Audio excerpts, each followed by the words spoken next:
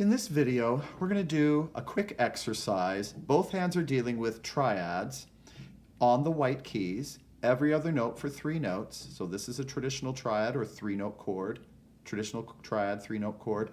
We're going to be moving like that in tandem, both hands in the same position on the keyboard. So at C, the leftmost finger here at C, the leftmost finger here at C, and every other tone. But instead of both hands doing block chords, we're going to have the left hand do broken chords and the right hand do block chords. And we are going to move up 8 consecutive positions on the white keys.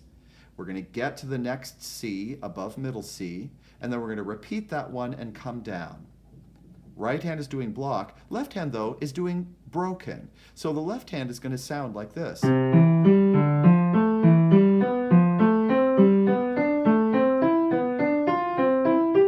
That's the end point.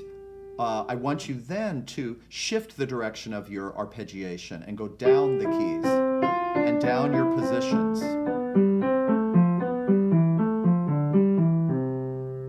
Okay?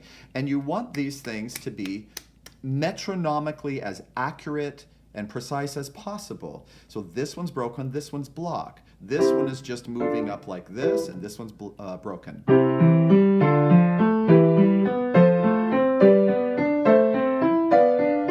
Reverse direction.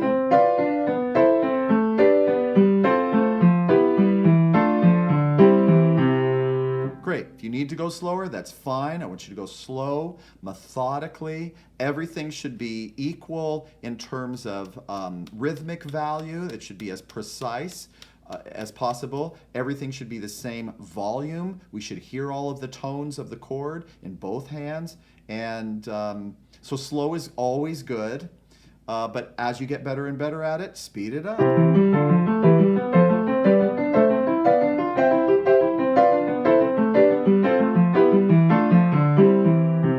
It's a great exercise for beginners.